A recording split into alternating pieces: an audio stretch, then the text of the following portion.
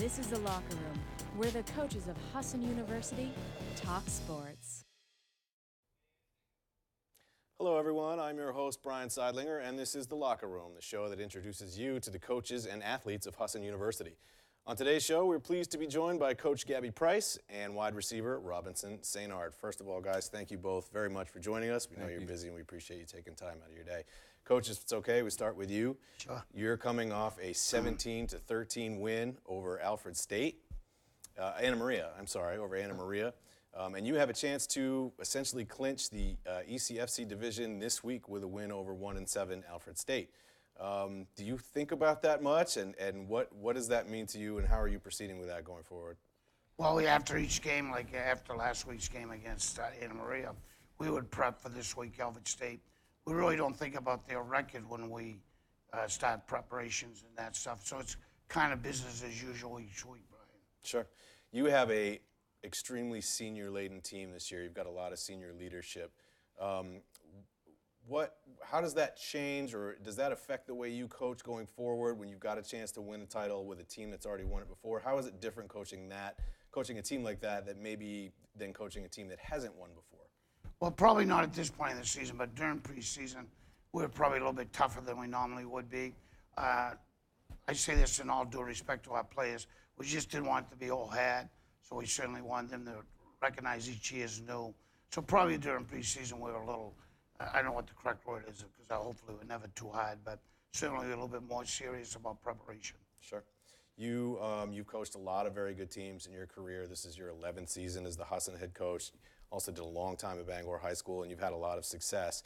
Every team is different, and every team is special in its own way, but as I referenced before, you've got a lot of senior leadership. What would you say is different about the 2017 version of the Husson Eagles? What sets them apart from other teams? Well, each year we ask our guys to have their own identity.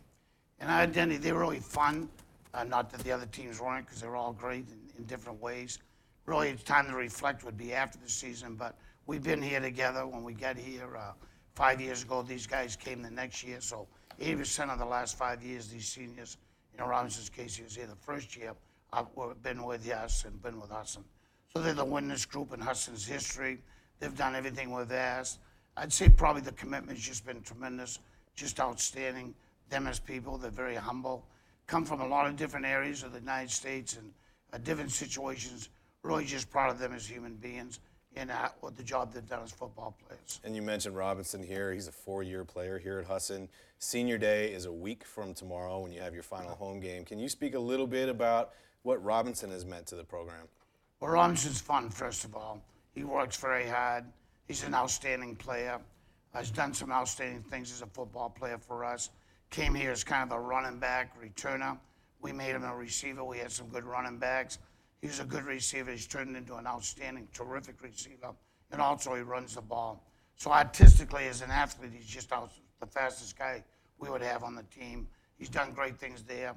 Blocking, he's been terrific. Very unselfish. The things that mean the most to us is he's really unselfish. He's fun. He takes the coaching. He knows when to go hard and when not to, but not many times don't we go hard. Totally, he's just been fantastic. Sure. And you are one of the most successful football coaches ever to coach in Maine. Do you ever look back on that at all? Do you ever take time away to reflect? And how much longer do you ever think about how much longer you are going to do this? Well, we reflect on it in different ways. Most times we reflect on people and situations, not really how many games that the teams won or how many championships or how many you didn't win. It's mostly about people, so we do reflect on that. Really, we're kind of a day-to-day business, Brian. So each year we prep, then the next year we prep for the next year. So really, it's day-to-day, and at some point, I'm sure we'll reflect. I tell you one thing that we will reflect on. We've been around some terrific human beings as players. They're just outstanding human beings that you want to be friends with. So that's great with some of our guys coming back. They're friends. We're now friends. It's a little bit different relationship than it's like having an older child. You become friends as they move through adolescence and that. So all those things, how much longer, I don't really know. I love what I do, very fortunate. And if this is any indication, probably another 30 years, but in reality, probably not. But it's been a lot of fun. All right, great. Well, Coach, thank you very much. Robinson's been very quiet over there. Yeah. We're going to get to him as soon as we take this break. They'll test you. Try to break your will. But however loud the loudness gets, however many cheese puffs may fly, you're the driver, the one in control. Stand firm. Just wait. And move only when you hear the click that says they're buckled in for the drive. Never give up till they buckle up.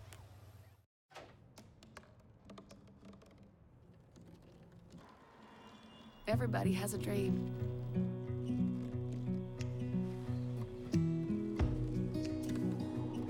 Mine was to see the ocean. And with a little help, I made it.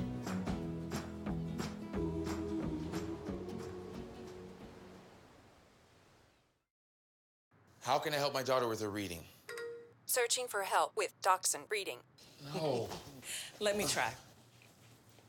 Sarah's bright, but when she's reading, she has trouble sounding out words. Playing world music. What? I give up. Wait, I was trying to show you how Sarah feels every day. Frustrating, isn't it? Redirecting to understood.org. Join parents and experts at understood.org, a free online resource about learning and attention issues to help your child thrive. And welcome back to the Locker Room. I'm your host, Bryan Sidelinger. We're pleased to be joined by Coach Gabby Price and Robinson Saintard.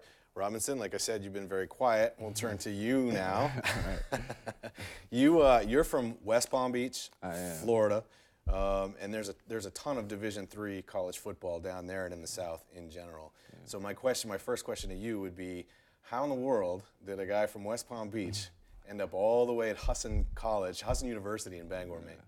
Well, actually, the story is coming out of high school, I was a pretty good athlete, but Florida's a really big state, so there's a lot of guys that get, tons of attention. And I've had a few attentions from a couple of schools, but I didn't take my SATs, so that was hindering me back, throwing me back a little bit. But after a while, I just kept getting calls from D3 schools, and Husson called me, and then ever since the first day they called me, they haven't stopped calling me until I said I was coming. So they were persistent. Yeah, they were very persistent. Was that something that impressed you, that persistence? Very much. Yeah, very much. And it just made me feel like they actually wanted me, and they actually wanted me to become the best version of myself that I can be. And I came up here without a visit or anything. I just jumped up here, and yeah, the first year was difficult because I had to adapt. I wasn't used to any the norms or anything around here, so it was very difficult. But it's not exactly Florida, is it? It's not exactly Florida, right? Exactly. So, but at the year 2, I came back and everything just started picking back up because I came back to a little bit of familiarity. I made some friends, and just things started getting better from there. Sure. Full disclosure: Robinson and I had a class together. It was a rhetoric and composition class, and you wrote a paper in that class about the cultural differences coming from Florida to Maine and what that was like. And that paper ended up in the Bangor Daily News. Made you sort of a celebrity there for about 15 minutes, small town celebrity anyway. Is that experience that you went through in writing that paper and what you had to say in that piece, is that something you've shared with other guys? Because there are a lot of guys on this team that are from that part of the country, from warmer climates and where things are just culturally very different. Is that something you've shared with other guys and have needed sort of that guidance? Yeah, anybody who's came up to me, especially people from Florida, just because I can relate to them most, but a lot of times younger players will come up to me and ask me how they get used to certain things about this, how they do this, what situations were to do what and what not to. Are guys perplexed that are like other guys from Florida and they ask you, like, how are you doing this? You've been here 4 years? Is that something that happens? Yeah, it is. They sound so astonished when I tell them I've been here. But I love it. I mean, everything up here has been good. I've been blessed with really good opportunities. So sure, I like it, and I just share that story with them. You are a senior. You have tomorrow and a week from now your final 2 home games, final 2 games of the regular season in your career, 4-year career, and a really good one at that. Have you given that much thought? Yeah, that actually hit me the very first game, the very first game of the opening game. I started crying before the game, and it just made me it hit me so unexpectedly. I didn't think it would come so fast. But it's here, and I've just been appreciating every single game, every single practice, and just not trying to have any regrets. So. Sure. Do you think much about like how special it's been? I know you still got a little ways to go, and I hesitate to ask you that while you still have games in front of you, but is that something that you've sort of thought about, like how special this was? I think in the moment I realize how special it is, but I'm also very appreciative. You know what I mean? I just look around, I just know what we have here. I don't take it for granted.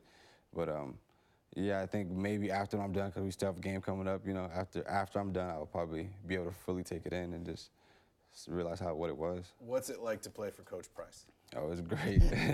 It's great. It's great. He pushes you. He makes you the best version, you know, of yourself that you can be, especially a football player and a good person at that. Like, I know as a freshman, it was hard on me. It was difficult, you know, because I wasn't used to being. I didn't realize why he was doing it. But as I got older, I started realizing why he was doing it. It started making more sense. And that's what I try to tell the younger players on the team is, it'll work out because he's really he sees something in you and he wants to make you great. And it's gonna happen if you just take the coach and do what you're supposed to do. Sure.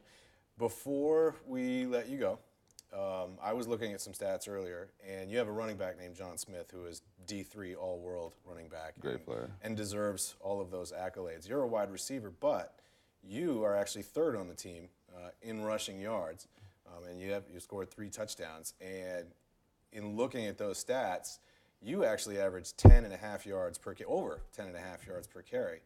John Smith only averages 7. Is that something that you were aware of? Is that something you think he's aware of? Is that something you might make him aware of? No. You get a first down every time you touch the ball on average. He doesn't. Yeah, well, no. I mean, John's a great running back. There's not many bad things you can say about him. I mean, he works hard. He's diligent. He's very humble. I mean, there's not many bad things you can say about him. No, I don't. No, I just love to play the game. You're not going to tell him you average more yards per carry than he does? He's going to. I think you just told us, so I think you realize it. Yeah. Sure. So you have a noontime start tomorrow against Alfred State. What time are you going to come in tomorrow? What time do you get ready? What's a normal game day like for you? I wake up in the morning and it's another Saturday, you know, and I just love it. And I'm just so blessed. I wake up in the morning, play my music, I take a shower, then I get dressed, you know, while I'm listening to my music, and I come down and one of the best parts is seeing everybody before the game. How everybody happy, how excited everyone is, the look on their faces. Everyone I know we're going to play good. You know, and that's like one of the best things, just reuniting with everybody. Sure. So. Coach, what's it like? What's game day like for you? Very similar rounds. I'm happy to see the guys. I'm always happy to see the guys. I don't eat for whatever reason.